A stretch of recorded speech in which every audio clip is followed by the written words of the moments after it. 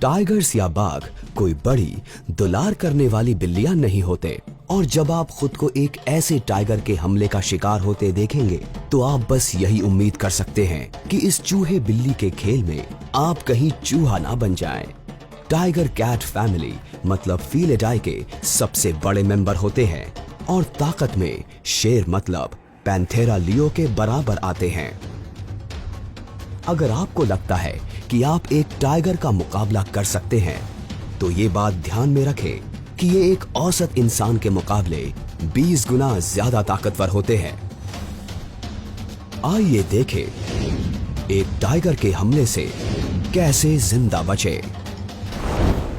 याद रहे, ये सिर्फ इंसान ही नहीं जिन्हें एक टाइगर से सामना होने पर हार का मुंह देखना होगा। 2011 की एक घटना में एक टाइगर ने एक शेर को सिर्फ अपने पंजे के एक वार से ही मार डाला था। ये आपको ये याद दिलाने के लिए काफी होगा कि ये जानवर कितने ज्यादा खतरनाक हो सकते हैं। ये काफी शानदार होते हैं। इतिहास के सबसे भारी टाइगर का वजन 550 किलोग्राम था। एक वयस्क टाइगर में 70% मसल्स का भार होता है और उसका वजन 360 किलोग्राम तक हो सकता है और लंबाई 3.2 मीटर जितनी। और टाइगर्स के पास 17 सेंटीमीटर के दांत होते हैं और 7.5 सेंटीमीटर के पंजे।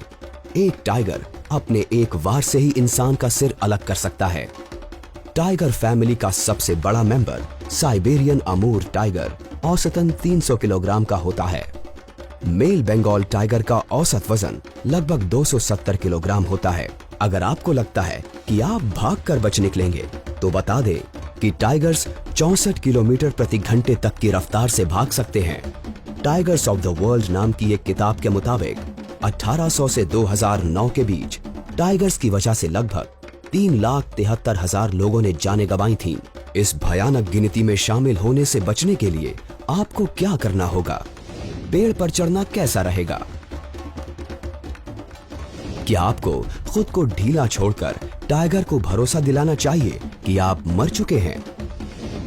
क्या होगा अगर आप लड़कर सामना करें? स्टेप 1, शांत रहें।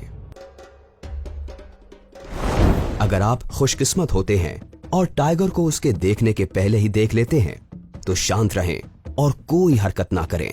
हरकत करने से टाइगर अलर्ट हो जाएगा और उसका जानलेवा ध्यान आप पर होगा।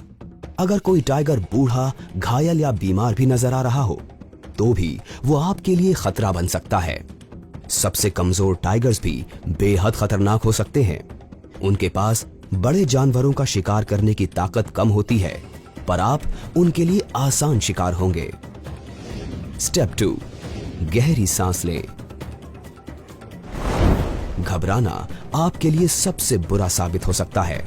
ये अपने अंदर के लड़ने या भागने के रिस्पॉन्स को जगाने का सबसे बुरा वक्त होगा। धीरे धीरे पीछे हटें, बिना उससे नजरें मिलाए, और कभी भी जानवर की तरफ अपनी पीठ ना करें। जैसे ही टाइगर आपकी नजरों के सामने से हटे, जितना तेज हो सके वहां से निकल जाएं। स्टेप 3, अपने बच्चे की मदद लें। अगर एक टाइगर आपको देख लेता है और आप एक बच्चे के साथ हैं तो उस बच्चे को अपने कंधों पर बैठा लें। इससे आप बड़े और ज्यादा डरावने दिखाई देंगे। यही बात तब भी लागू होती है जब आप किसी दूसरे वयस्क के साथ हो और उन्हें अपने कंधों पर बैठा सकते हो। आप खुद को बड़ा दिखाने के लिए जो कर सके वो करें ताकि टाइगर को लगे कि आप एक खतरा हैं। तनकर खड़े हो और डरें बिल्कुल भी नहीं। झुकिए मत, बैठिए मत या ऐसा कुछ भी मत करिए जिससे आप छोटे लगें, क्योंकि इससे टाइगर को आप पर हमला करने की हिम्मत मिलेगी। स्टेप 4, यूरिन को रोक कर रखें। चाहे आप कितना भी डरे हुए हो, यूरिन ना होने दें। टाइगर्स यूरिन से अट्रैक्ट होते हैं। टाइगर को यह लग सकता है कि आप अपने इलाके पर निशान छोड़ना चाहते हैं और वो इसे गुस्से वाला एक कदम समझते हैं। इससे आपकी जान जा सकती है। स्टेप 5, छुएं नहीं। जितने टाइगर्स जंगलों में आजाद हैं, उससे ज्यादा टाइगर्स कैद में हैं। पूरी दुनिया में लगभग 3,900 टाइगर्स जंगलों में आजाद हैं और अकेले अमेरिका में लगभग 5,000 कैद में हैं। आपने टीवी पर चाहे जो भी देखा हो, टाइगर्स को पेट्स की तरह नहीं रखा जाना चाहिए।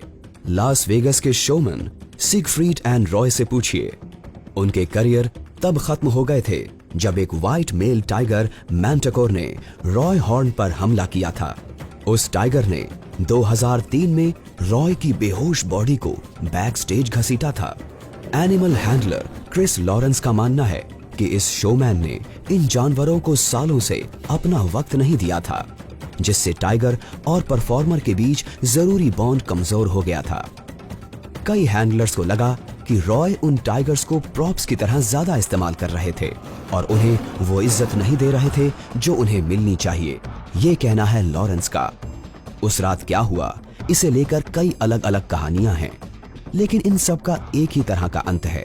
हॉर्न को सर्जरी और इलाज के लिए तुरंत हॉस्पिटल ले जाया जाना। हॉर्न की गर्दन पर लगे बड़े घाव के चलते उनका काफी खून बह चुका था और उन्हें ब्रेन सर्जरी की जरूरत पड़ी थी। आज हॉर्न अपनी स्कूटर के बिना थोड़ा बहुत चल लेते हैं और बड़ी मुश्किल के साथ बात कर पाते हैं। हालांकि लॉरेंस शारीरिक तौर पर घायल नहीं हुए थे, पर इस हमले की वजह से उन्हें 15 सालों तक PTSD यानी दुर्घटना से होने वाली दहशत, शराब की लत, रात को घबराहट और खुदकुशी के ख्यालों जैसी कई चीजों का सामना करना पड़ा था। और याद रहे, रॉय हॉर्न और क्रिस लॉरेंस दोनों ही पेशेवर थे जिन्होंने कई सालों तक टाइगर्स के साथ काम किया था। स्टेप 6, कहानियों पर भरोसा ना करें। हालांकि ये कहा जाता है कि हर बिल्ली को पानी से डर लगता है, पर टाइगर्स को असल में पानी पसंद है। ये अच्छी तरह से तैर लेते हैं और खुद को ठंडा करने में इन्हें मजा आता है, तो पानी में कूदना छिपने की कोई सुरक्षित जगह नहीं होने वाली। स्टेप 7, पेड़ पर चढ़ जाएं। दूसरी जंगली बिल्लियों की तरह टाइगर्स पेड़ पर नहीं चढ़ सकते, तो आप वहां शायद सुरक्षित हो अगर आप इतनी ऊंचाई तक चढ़ पाएं कि टाइगर आप तक पहुंच ना सके। अगर आपका सामना एक ऐसे टाइगर से हो जो कैद से निकलकर भागा है, तो ये मत सोचिए कि वो पालतू और दोस्ताना बर्ताव करेगा।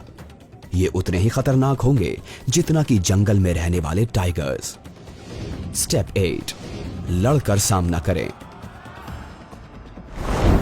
मरने का नाटक करने की कोशिश मत करिएगा, इससे आप उनकी आसान खुराक बन जाएंगे। अगर एक टाइगर आपको पकड़ लेता है तो अपना हाथ उसके मुंह के अंदर डालें।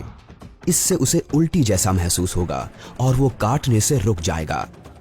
अच्छी खबर यह है कि टाइगर्स शेरों के मुकाबले इंसान पर हमला करने से ज्यादा डरते हैं, खासतौर से तब जब वो इंसानों के बारे में जानते ना हो और उन्हें ये पता ना हो कि हमें पकड़ना और मारना कितना आसान है। लेकिन अगर आपका सामना एक शेर से हो, तो आपको बचने के कुछ दूसरे तरीकों की जरूरत पड़ेगी। इसके बारे में और जानकारी के लिए देखते रहें कैसे जिंदा बचें।